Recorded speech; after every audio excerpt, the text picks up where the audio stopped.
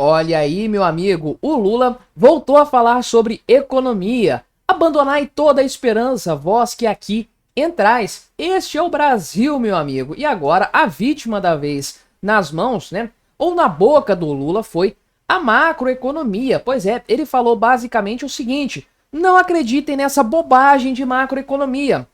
E eu vou falar para você, meu amigo. Eu concordo com o Lula. Sim, pelos motivos errados, pelos motivos opostos ao que você possa imaginar. Na verdade, o Lula erra até quando ele acerta de fato, né? A crítica dele à macroeconomia não é a minha crítica. Obviamente, o Lula está errado no argumento dele, embora o título aqui não seja de todo errado. Macroeconomia é sim uma bobagem, mas pior é tudo aquilo que o Lula fala em matéria econômica. Mas vamos entender esse assunto. Só que antes, não se esqueça de se inscrever no meu canal se você ainda não for inscrito. E se você quiser colaborar financeiramente com o meu trabalho, você pode se tornar membro patrocinador aqui do canal, com valores a partir de R$ 1,99 por mês. Isso me ajuda bastante, pode ter certeza disso, né?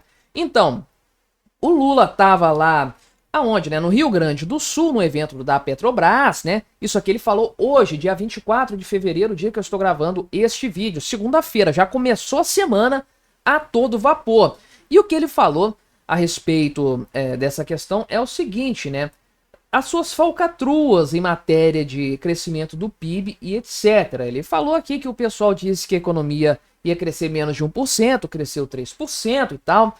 A gente sabe por que que isso aconteceu. O gasto estatal apenas é o voo da galinha, mas é o único ponto que o Lula tem de supostamente positivo para falar em favor do seu governo em matéria econômica. Ele não vai falar do preço do ovo, do preço da carne bovina, do preço do diesel, nada disso, porque aí realmente ele iria se queimar, né? Aí ele entrou nesse ponto da macroeconomia dizendo o seguinte, né? Não acreditem nessa bobagem de macroeconomia. Aí ele cita os pontos aqui de crescimento e tudo mais, né? E ele falou que, na verdade, né, o que faz é a microeconomia, é com a microeconomia que nós vamos salvar o país. E, bem, qual que é o ponto principal disso que o Lula fala e que acaba me fazendo concordar com ele no sentido geral da frase e discordar nas minúcias? Eu estudei microeconomia e macroeconomia na época da faculdade, obviamente de uma maneira mais superficial, depois que eu me aprofundei nisso aí. E esse papo de haver microeconomia e macroeconomia é uma coisa que sempre me incomodou desde que eu estudei, né? A microeconomia é uma maravilha, é o que a gente vê na prática, no dia a dia. Lei da oferta e da demanda e coisas desse tipo, o comportamento da moeda, etc. Isso me lembra muito lá na época dos primórdios da internet comum, assim, né, no dia a dia.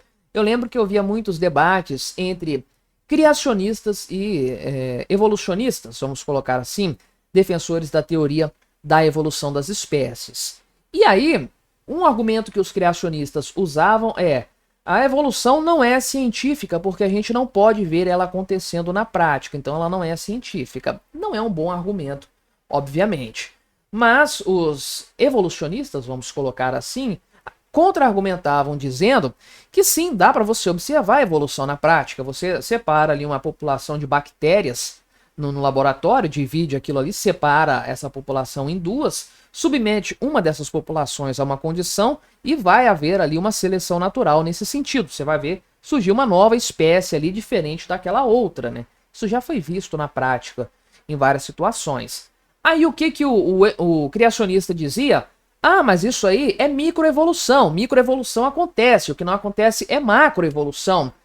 Aí eu te pergunto, qual que é a diferença de uma coisa para outra? O que que categoriza uma macroevolução? Quantas microevoluções unidas não formariam uma macroevolução? Porque na prática, aquela evolução das espécies que você vê olhando, né, uma espécie diferente da outra, aquilo ali é um acúmulo de microevoluções, coisas em nível de microscópio que aconteceram ao longo de milênios, depender até mais do que isso, né?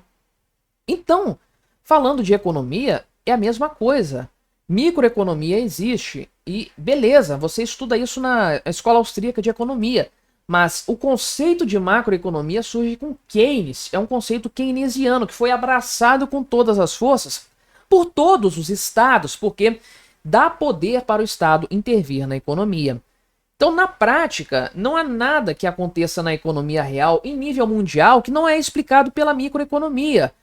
A variação de preços de um item, lei da oferta e da demanda em nível global, é simples de entender. Isso funciona numa lojinha, funciona num bairro, funciona num país, funciona no mundo todo. As leis econômicas estudadas a fundo, determinadas, elas são imutáveis.